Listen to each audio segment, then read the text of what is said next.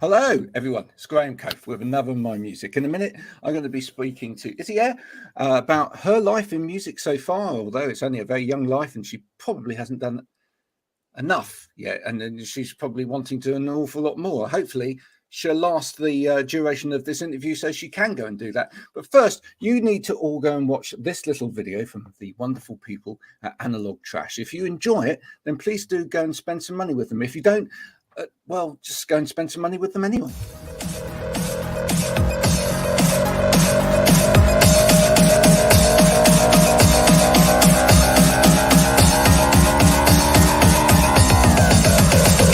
Keep on, don't stop.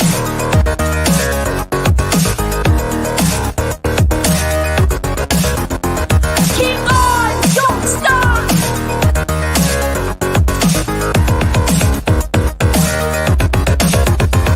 Keep on, don't stop.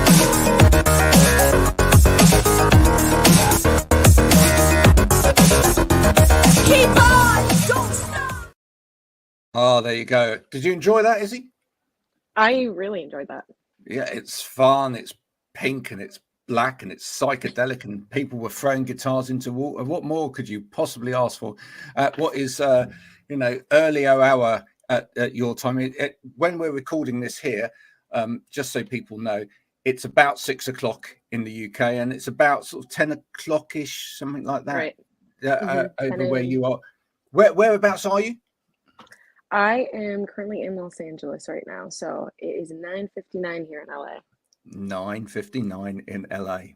Lovely. 9:59. What are you what are you doing? How do you find yourself in LA? Well, I grew up in Orange County, which is like 30 minutes south of LA. If I travel, I just tell people I'm from LA because I don't think most people know what Orange County is. But I know what Orange County is. Yeah. Okay. I sometimes have people tell me, oh yeah, I know it from the OC, because apparently we had a whole show filmed in Orange County. Is that where you know it from, or how do you know it? Absolutely. Well, of course, we get all of our information on America from Netflix, right? And Amazon Prime. That's it. If those two things didn't exist, I suppose, and Wikipedia, Google maybe, but if those four things didn't exist, we'd have no idea about America. In fact, we wouldn't even believe it existed. But because of said TV programs, that's what we believe. Yeah. Yeah, well, it's very, I've seen clips of the OC, and I'm like, you know what, that is the OC. So that's where I grew up. I love Orange County, but I've always been super, super close to LA. So it's always just been kind of natural given what I do, like work in music. I also work in the film industry. So I just find myself up here like all the time. I'm kind of right now back and forth between Orange County and Los Angeles. So I'm kind of doing one that of at the those moment. big roads in a big car, Yeah, guzzling lots of big petrol. Yeah. exactly. Those roads out But in America, they scare me. I mean, people. Do they? Yeah, because they're just so big. I mean, where I live in Somerset, we were talking accents before we came on. All right. A lot of the roads are really narrow. I mean, you're a big American car, you would literally be touching the sides of the road. Right. Because your guys' cars are smaller too, right? A lot of them, yeah. A lot of them Yeah. are quite small over here. But literally, we've got around where I live, we've got lots of little roads where it's hedgerow up to beyond where you can see up there.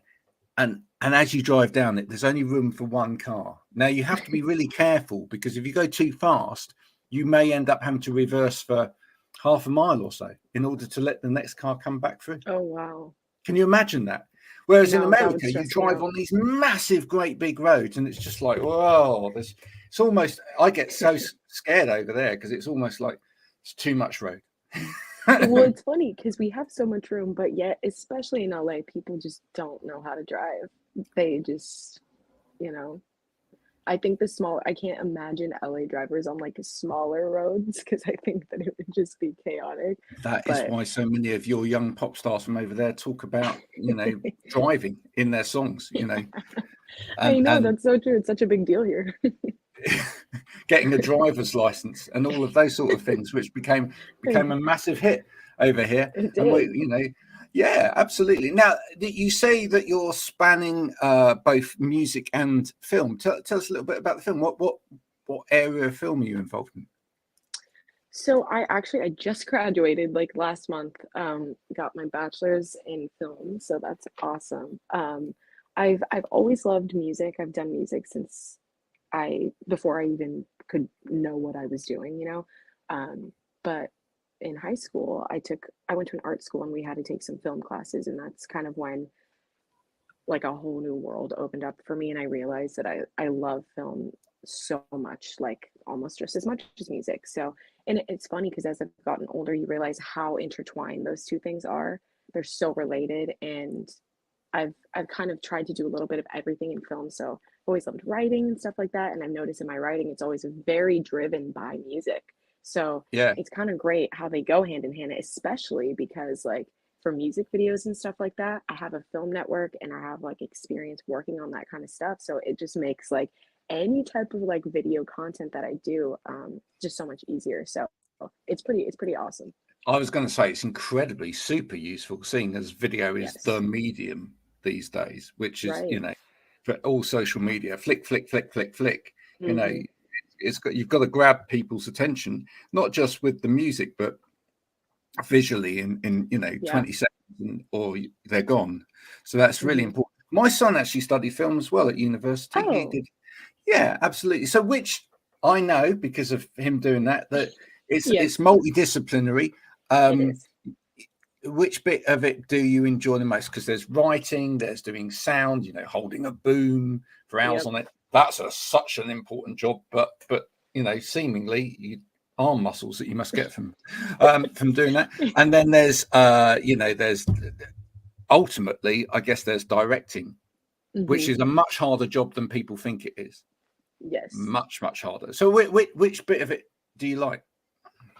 Well, it's funny because they're all very deceivingly hard. Like especially like you're saying with the boom. I did that like once on like a small like short film, and I was like, I don't have the upper body strength to do this full time.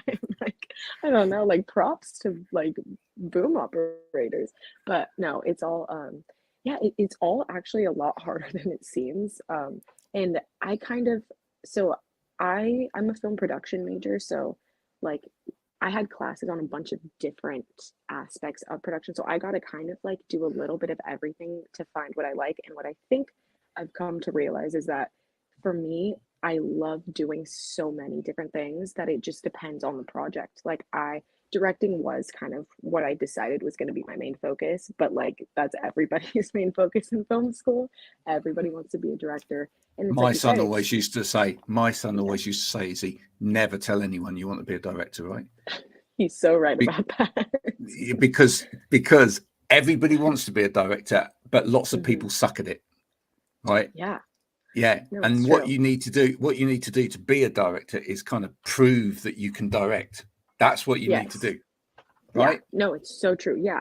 With all the other stuff, it's like, I don't know, like with sound, I just feel like with directing, like, yeah, you just kind of have to like your work will just speak for itself. Like you either can direct or you can't direct. Like it's a very kind of like you either got it or you don't type of thing that I've always questioned. I'm like, is that something you can really learn? Because it's it's so like intuitive, I feel like, and it's all just about communicating, and it's like have being able to bring like an idea and a vision to life. And I'm not sure that like you can teach that necessarily to everybody. So, but it's of course everybody wants to be a director. So I I do enjoy directing certain projects, but it's definitely not it I love doing so many other things too that I don't think that I would ever want to like just do that. I mean, your music videos that you've been in are very, very cool. Uh, Thank you. as is your music. Are you just a really driven young lady? Do you see yourself in the vein of sort of another Madonna, someone like that will want to do all of it and have it her way? Mm. I am. I've always been a very ambitious person. I've always had um very strong ideas, and it's like music videos especially, like if I have an idea for something, it's like I know how to do it. I know exactly what I want and I know how to make it happen. So I definitely I think that's like an important thing to have. And I'm excited to kind of get like a team together, because right now it's like, and like all independent musicians would agree, like you're not just a musician, you're also a social media marketer, you're your own manager, you're your own graphic designer, you're your own like everything. So you're really wearing so many hats. And luckily I am the type of person that, like, because I'm so ambitious, like I enjoy doing those things and I don't mind doing them, but I am excited to kind of get like a team together to I support me love in that. that.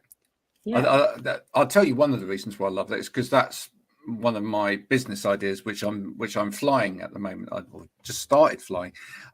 I've realised by doing this that so many musicians, artists, etc., all want to make this happen and make that happen and do this and do that, but it's very costly, Mhm. and B, it's quite difficult sometimes to get the resources together. And of course, yes, we live in a world where there's YouTube, etc., but oh my goodness, I mean, the thing is that there's nothing like actually getting the experience from someone that's actually done it, because quite often when you hear stuff Mhm.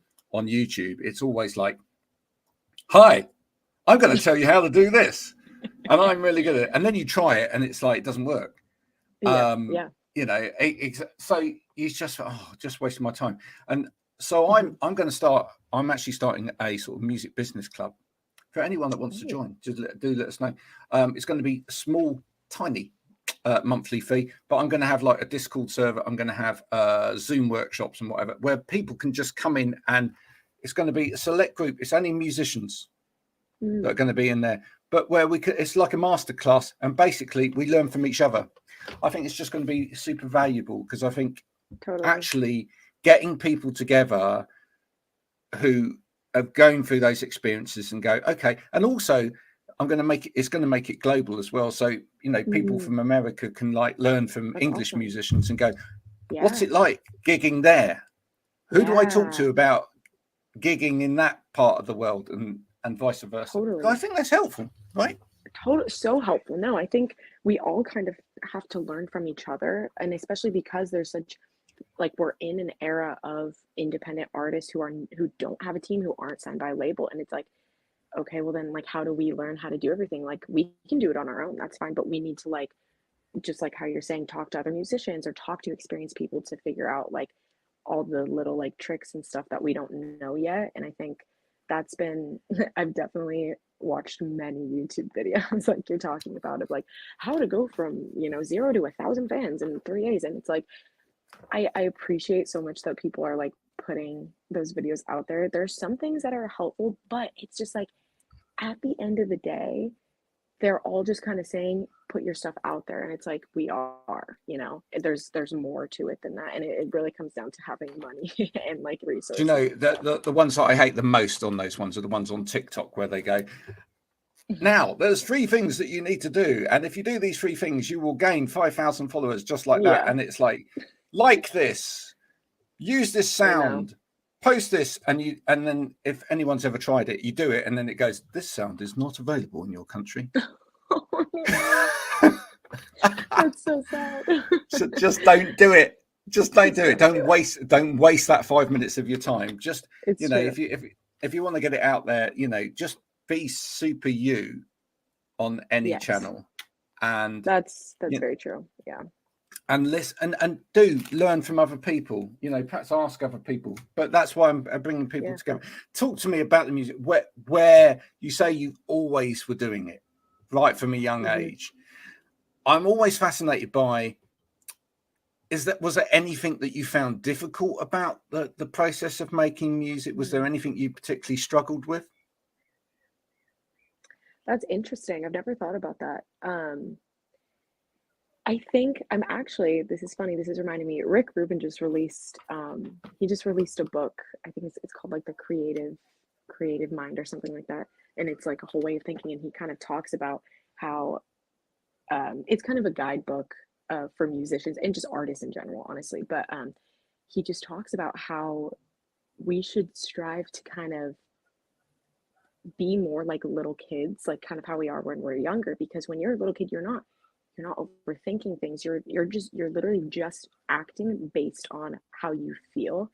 And so I think, to answer your question, like when I was young, especially, I don't think there was anything that I did particularly struggle with. I think those things come later because you become more self-aware Aware. and you're comparing Yeah. yourself to people. When you're a kid, you're exploring, and you're literally only doing it because you're curious and because you enjoy it. So it always came so like intuitively and naturally. Like I feel like I always just kind of understood melodies and just even like the structure of like a song from like a really young age. Like I would just like write, like before I even was like could play any like instruments, like I would just write down songs, and I knew to like kind of break it up with like a verse and then you need a pre-chorus and a chorus. And so it was a gradual thing. And then like I finally I learned how to, I always wanted to learn how to play guitar. I was very eager to do that. And then I did like start to learn probably when I was like maybe like 6 or 7, I want to say. And then once you learn an instrument, there's just no stopping that wave. Like, I was always just writing songs, and then yeah, I think the stuff that I struggle with definitely comes later on, because you're just like, well, like, is this song good enough, instead of just whether or Yeah. not you like it. There's that whole aspect now. I think that's always been there, but it's probably heightened in this generation more than anything, because it's there for everybody. Anybody that puts anything out on social media experiences that. I mean, I work over several platforms during the day, including sort of business platforms like LinkedIn, etc. And the amount of people that are posting about, I've got imposter syndrome, I put this out today, and I really, I put out a post yesterday and nobody liked it. And then I suddenly thought, oh, does nobody like me anymore? Is what I'm doing relevant anymore, or whatever? And Yeah. imagine that, folks. That's what you're feeling, putting out a post about your gardening services. Imagine what that feels like when you've spent a year writing an album and you put it out, and like, you're expecting 500,000 views on a single or whatever in the first day, and you get 500. I know. Yeah, absolutely. No, because we're so in this era of like, we have so much access to numbers, and I feel like, especially with TikTok and social media, like you're saying, like anybody looking to like sign artists or help artists or whatever, like it is just like, okay, show me your numbers.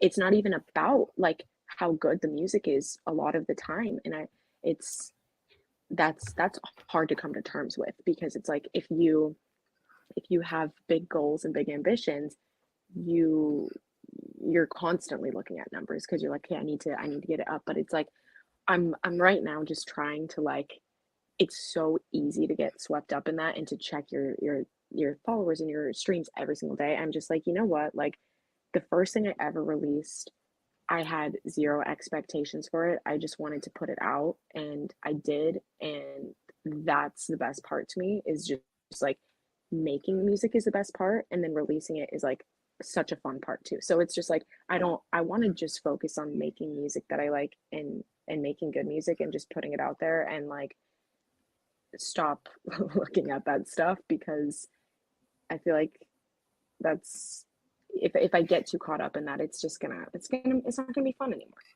It's funny you should say it about all of that, because I experienced that too on this side of the fence as well. And one of the things that really fascinates me about that is that, well, you'll know because I pestered you, is that there are these people in the middle, right? PR, management, etc. And some of them are lovely. Don't get me wrong. I've got some great relationships from some great PR people out there. Hi, and some management. Hello, but there's some idiots out there as well. And to put it bluntly, yes. Yeah, and they act as these gatekeepers, right? And what's really weird about it is, actually, though, we now live in a generation which is also interested in authenticity. It's interested in, genuine content, people being honest, etc., etc. And then it's like, and then I've spoken to some artists and they've gone, yeah, we're totally up for it. We're going to do an interview with you. We'd love to do it. And then the management would be like, no. Okay, why not? So weird, right? What? And then it's, as you say, it's like, what are your numbers? What are your numbers? Show us all of your Mm-hmm. numbers. Okay, here's all the numbers. Well, that doesn't quite fit our demographic at the moment. It's like, okay, and it's like some of their rationale is bonkers. You know, Mm-hmm. I had, without naming any names, I had a conversation with an artist. Their PR company wanted to do the interview as well. The management said no. The management turned around to me. This artist was releasing their first album in 10 years, and they literally said they're doing one interview. What's the matter with you? Are you nuts? Do you know anything about how this works? Right. Not a bean. Really mad, right? You only start doing that if you're like Beyonce, or if you're a world class, top of the game, top ranking A-lister artist, you might decide and go, I am only talking to them and them. Right. And that makes sense, because then there's like an exclusive deal to cut. There's some money to cut in there. There's probably, you know, sponsorship deals and everything else, all kind of wrapped up in it, and everything else. Anybody else in that chain, bollocks. Work your socks off, right? Because you know, you need to be getting it out there with as many channels as possible. Right. That's the thing too. And it's like, I understand, like, we're kind of saying about, like, if you're Beyonce or something, you probably have like a really busy schedule and you just can't do an interview with everybody. But it's like, if you're not at that level, like, I'm always down to like talk and have like a conversation about music, and just because it's like, it's a never ending conversation, and like everybody brings such like different and interesting things to the conversation. So it's just like, I don't know, as an artist, that's the only thing about, you know, having a team, is that like, I don't ever want people to like make those decisions for me, because it's like, well, no, like I want to do that stuff still, you know what I mean? So it all becomes, everybody gets very wrapped up. It's sad, especially on TikTok. I don't know if you've seen this, and I don't know how real this is, or if this is literally like a marketing tactic, like by the labels, but I've seen like A-list like singers, like I've seen like Halsey has done this, and I've seen maybe like Charlie Puth, or like, I don't know, a couple other like pretty famous musicians. They'll go on TikTok and they'll be like, oh, you know, like my record label says like I have to like do this and this and this before I can release my song. And I'm like, what? Like, what do you mean? Like, when you get to that level, like, I'm pretty sure they can call the shot. So it's so interesting that it's just like, it's literally like just about the numbers now. It's about like the pre-saves, and it's about the, you know, how many times it's been used on TikTok and stuff like that. Because I mean, TikTok is kind of just ruling the music world right now. I think it's always been there. That kind of record company control, etc., has always been there. And you know, in some ways, I think that's why we're seeing some artists very carefully take control of their own business. You know, people like Taylor Swift, for example, great example of someone that's going like, no, I'm controlling this, not you. I'm going to do it my way. But I think that's important, because, you know, over the years, I think we've lost a lot of artists, unfortunately, to that. I mean, look at all the, you know, going back in history, look at all of the rubbish that people like Prince went through. Record companies saying you've got to do this, that, you can only, I mean, nonsense, absolute nonsense. You know, you got someone that, when you have someone that great, just honestly get to a point where you just cut them some slack, right? Yeah, totally. Yeah, and it's not like he wasn't producing stuff, for goodness sake. He had vaults of the stuff, you know. Right. I know, because it's just like the artists just want it to be about the art. You know what I mean? It's like they just want to put the music out, and then there's this whole other job that comes with it of like having like now obviously like an online presence. But I mean, people have always had to do interviews. You've always had to have like kind of a little bit of like a persona and stuff like that. But it's just gone to like such the extreme now with like social media and everything, that it's a whole nother job. You're not just a musician. Like, you're so many other things.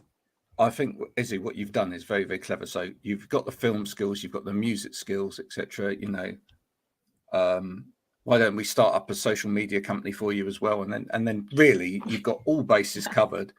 That's And the then perfect trio. Exactly, just do it all on your own, right? And then take other artists under your wing as you go along. Just, I like them. Come here. Hell yeah. I'll release you. Yeah. That's the way to go. Long term, I love the sound of that. Yeah. What's the next part of the year? We're halfway through 2023. Is it stacking up nicely for you? What's the rest of 2023 going to hold for Izzy? It is stacking up nicely. I wanted to make it my goal this summer to play more shows, because that's something that I only I played my first show ever last summer. We just hit like the 1 year Wow. mark. So I played 2 shows last summer here in LA. And it was a whole new thing for me. I got, because obviously I write and produce all my own music, so I don't have like a band necessarily, but I knew that like for my live shows, I don't want to like sing and just like do like karaoke up there for people. You know what I mean? I want to have a show. I always have wanted to have like a show with musicians and all this stuff. And so I found musicians to play my songs live with me. So that was like an amazing experience that I never even thought was going to happen. When I at first released music, I was like, didn't think I was going to do live shows. It was just like, whatever. So that was pretty big. That's definitely a milestone in everything that's happened so far. So I wanted to keep doing that this summer, because I want to become like, I want to be a good performer, and that's how you connect with people. I think, as somebody who has gone to like, oh my God, I don't even know how many concerts, especially when I was younger, like how much it would mean to me to see an artist, and like just the connection of listening to live music. Like there's just nothing like it. And so that's something that I want to keep doing for sure. So I have a couple shows planned this summer, and luckily I'm in LA, where there's like a million places to play live music and so many people that want to see live music. So I'm at the right place. And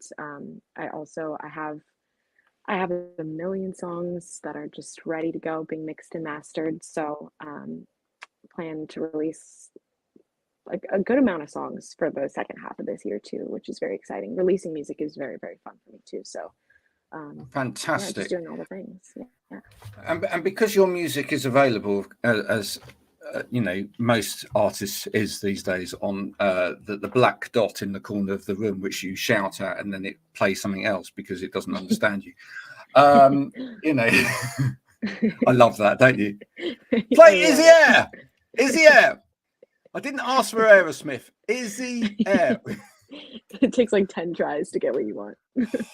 Dear, I wish they'd get that better, wouldn't you? Don't you? I mean, it's just so annoying. It really is. Yeah. But because your music is available on those platforms where they don't pay you any money, I also noticed that you have got on your own merchandise as well, which is fantastic.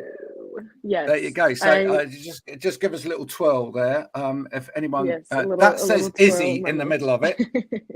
It does. So if anybody is enjoying listening to your music, and this is a piece of advice which I've given several musicians on this show now. If anyone is listening to Izzy's music and enjoying it, if you haven't checked it out yet, why not, you silly people? But do that. I won't bereft you completely. Do make sure that you put a little bit of money in her pot by buying one of those hoodies or a t-shirt, or what have you got? Hoodies? Yes, so we're starting out. So I've got hoodies, and then I've got long sleeve white t-shirts, and I actually just dropped off tote bags as well, because I love tote bags, and I feel like that it's such a thing right now that everybody wants, and they're so useful. You can put so much stuff in tote everyone's bags, doing tote bags at the moment. It's just so the way to go. It is. Absolutely. But I get it too, because like I have so many tote bags and I actually use them. They're great. So that's what we've got right now. I collaborated with one of my friends on the design, so it's all embroidered, so it's like really high quality, and I actually live in this. Like I promise I didn't just put this on because I knew it was going to be on camera. Like I wear this every day. It's so comfortable. I'm going to make sure I get an Izzy Eyre t-shirt at some point to join my massive collection of I think it's about 40 artist t-shirts now. Yeah, That's absolutely. But do it, folks. You know, put a little bit of money in the pot, buy a t-shirt, and then you can wear it with pride. And Izzy, one of the things that I'm telling musicians to do, a bit of a revolution which I'm starting. Some are already going for it as well, which is lovely of them. Is I'm suggesting that you get your t-shirt made with on the back. I listen to Izzy Eyre on Spotify, Apple Music, all of the above. But I gave her X amount of money for the t-shirt, and that's awesome, isn't it? I love that. I know, it's just so genius. If we can keep that going, if we're the more artists we can see over the next 12 months or whatever, with that happening, just imagine it. You've got these fans running around everywhere, and it's just reminding people, yes, folks, you can have the music from that dot in the corner absolutely free, or for your $12 a month or whatever it is that you pay. But it isn't made for that amount of money. You don't get 60 million songs made for $12. No, it doesn't happen like that. Right. So yeah, that's why that's my big marketing plan. And hopefully, thank you. And the more people that do it, the better. So the ambition is more music out by the end of the year. Everybody's going to buy your merch so that you've got money to make more, and it just self-generates, etc. And you start the Izzy Eyre Club, which with all of the merch and everything as well. And you'll be making all of your own films as well, which is fantastic. I'll certainly have a crowd of people to do that. It's brilliant. Yeah. Are you physically releasing music as well?